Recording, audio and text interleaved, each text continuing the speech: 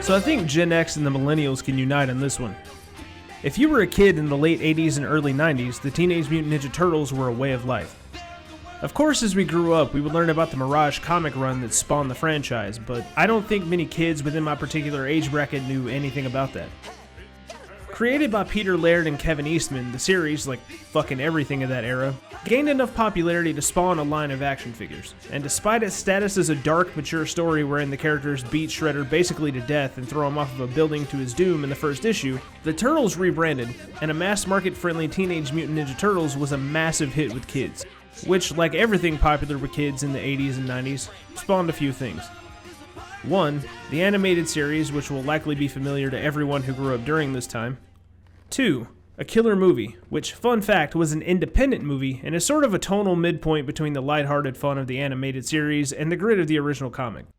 There would be two others as well, although I don't recommend the third because it fucking sucks.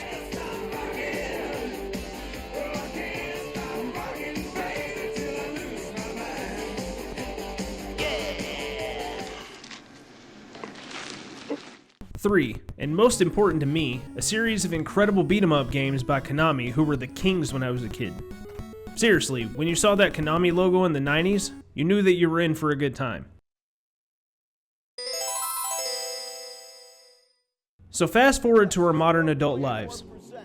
Inflation is up, people are getting laid off from their jobs, there's uninterrupted political turmoil spanning across the entire geopolitical landscape, but holy shit, a new Teenage Mutant Ninja Turtles game?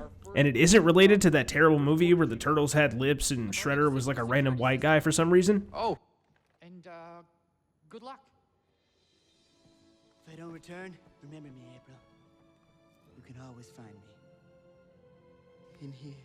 No, God! Screw interfacing with reality, I want to play that. Alright, so I'm just going to launch the game here and ignore the fact that I have double-digit playtime. Let's see if this is any good. Okay, Tribute. That makes some good games. I still need to check out Panzer Paladin.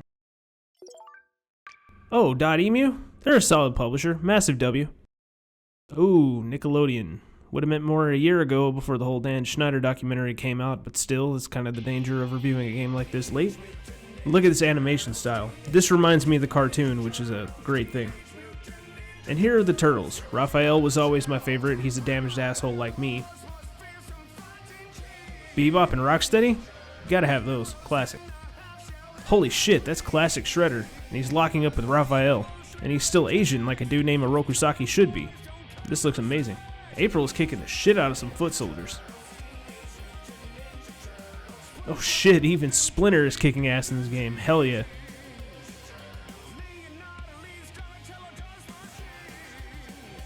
Oh shit, okay. Baxter Stockman? His voice always weirded me out on the show. Now they're surfing? This must mean that we'll have the scrolling surfboard levels like in Turtles in Time. Oh, and that's the Technodrome. It looks like we might have to smack the shit out of Krang in this one. Oh my god! Wow! Alright, obviously, I had played time and I'm writing the script, so I already knew it was good. But why is it good? Well, to start, it's just an amazing beat-em-up. Maybe mechanically my favorite that I've ever played. I'm trying to think of the last beat-em-up that I played and really loved. Probably Brock the Investigator, which mixes beat-em-up with point-and-click mechanics. Fantastic game, by the way, you should check that out. But beat-em-up as a genre is something that's been in an underfed market for a long time now, and I miss them for their tight focus, structure around simple-to-learn, hard-to-master combat loops, and ostensibly relaxing design. And I say ostensible because on paper, this is the kind of game that should be mesmerizing as you get sucked into the gameplay. The reality, though, is that classic games in this genre are pretty notorious for being difficult. Or maybe I'm just bad at them. Either way, Shredder's Revenge modernizes the level of balance, as the normal difficulty provides a fun and fair space to get used to the controls and the combos. If that's too hard, you can always drop into chill mode, or if you want something a bit closer to the classic arcade feel, you even have a difficulty and an option mode for that. The difference between the story mode and the arcade mode is relatively minimal. The story gives you things like continues, an overworld map reminiscent of the Ninja Turtles game on the NES, and side objectives to level up your character and a paced way to unlock new special moves. Now arcade is just that, arcade. No overworld map, no leveling, just a balls-to-the-wall fistfight on a limited pool of lives that is replenishable with points for gameplay. So good job, Tribute. This is exactly how you build a beat-em-up today. Each of the characters is varied in their gameplay, even if the levels and enemies are the same each time you play it. This is genre standard in mine, and it comes from a standard set by arcade machines, which is also part of the reason that games from that arcade era are notorious for the brutal difficulty. Now you might wonder about the level of replayability in a game like this, but that ultimately comes down to the palate of the player. In a beat 'em up, replayability comes in the form of mastering each of the available characters, of which there are 7, 9 if you have the DLC, which I don't. Additionally, story mode contains level challenges, some of which are relatively easy, such as defeating certain types of enemies in a certain way, or relatively difficult, like going through an entire level without getting hit. Attempting these challenges and succeeding will lead to a greater mastery of the general skill curve, and ultimately, that's what a game like this is all about. Regarding the mechanical structure of the game, Shredder's Revenge is a perfect example of what I like to call the Shovel Knight approach, and that's what makes it so damn good. What that means is that rather than a perfect recreation of the older style or genre, the game seeks to capture the feeling those kinds of games elicited in the time that they were created, rather than sticking to a purist approach and copying loops and animation timing. So for instance, out of the many influences of Shovel Knight, one of the biggest and most obvious influences is DuckTales. Great game, by the way. But going back to it, you might notice that its control scheme seems a little stiff. The animation, a bit dated. Don't get me wrong, DuckTales is still great, but it's a lot less accessible for modern or returning gamers. The animation is a little stilted, and the controls have that old-style 8-bit feel to them. You know the feel, where platforming doesn't quite feel as precise as it should by today's standards, so you sorta have to mentally readjust what you're used to. Now look at Shredder's Revenge and Turtles in Time side by side. The essence is there, but look at the improvements. The sprite work and animation are incredible. And to feel the controls of Shredder's Revenge, the way the enemies react to combos, hell, even the way getting your combo stopped by an enemy attack feels incredible. And frustrating if you're going for the 250 hit combo string, which I got, by the way. Fans will see a return of lots of enemies they remember. The Mousers, who first appeared in the second issue of the Mirage run. The Pizza Monsters, who are probably in some version of the comic, but I remember most fondly from that episode of the animated series. It's a cautious decision because providing this level of direct homage and fan service runs the risk of alienating more consumers. However, I think Shredder's Revenge is more likely to open the gates for new fans. But because decrepit old fucks like me will recognize lots of homages to the earlier media, there's no real risk of that older generation being left behind either. It's a win-win scenario. And the references don't begin and end at the classic Konami games. Although they are enemies in Turtles in Time, it feels good as an elder statesman in this media space to see an appearance of Toka and Razar, even if They're stupid. Well, they're not stupid, they're infants. Okay, they're stupid infants.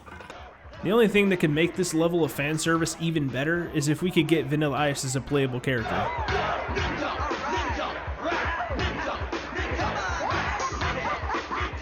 Alright, maybe that would be too alienating unless you're in the business of flipping houses, but considering the way the combos look and feel in this game, I think tribute games could make any character from the 90s work. Hits have real feedback. You can juggle even the grayed out, totally not dead enemies in a variety of ways and string together ludicrously long combos. And as expected, the scale and scope of the enemies will become more difficult and varied as time goes on, which will challenge you to break up the rhythm of your combos and actually think. I'm not gonna lie, this is difficult for me because I find myself getting sucked into the endless desire for longer and longer combos, but people with a better control over their lizard brain will notice the alteration of tempos in combat. Take these Triceratop enemies for existence.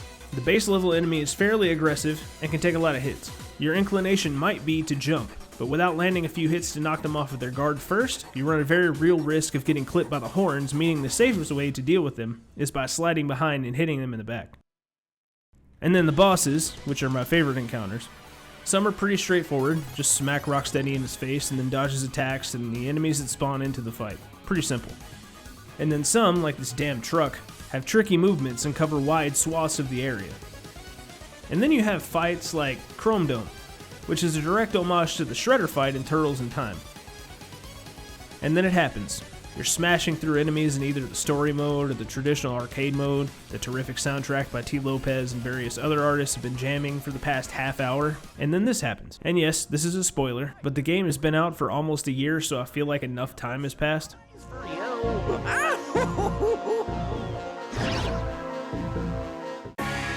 will show you how a true ninja fights. The world is mine.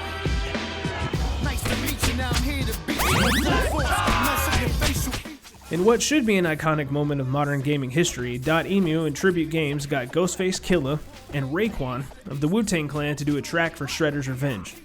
Fuck it, I don't care if I get content ID'd for this.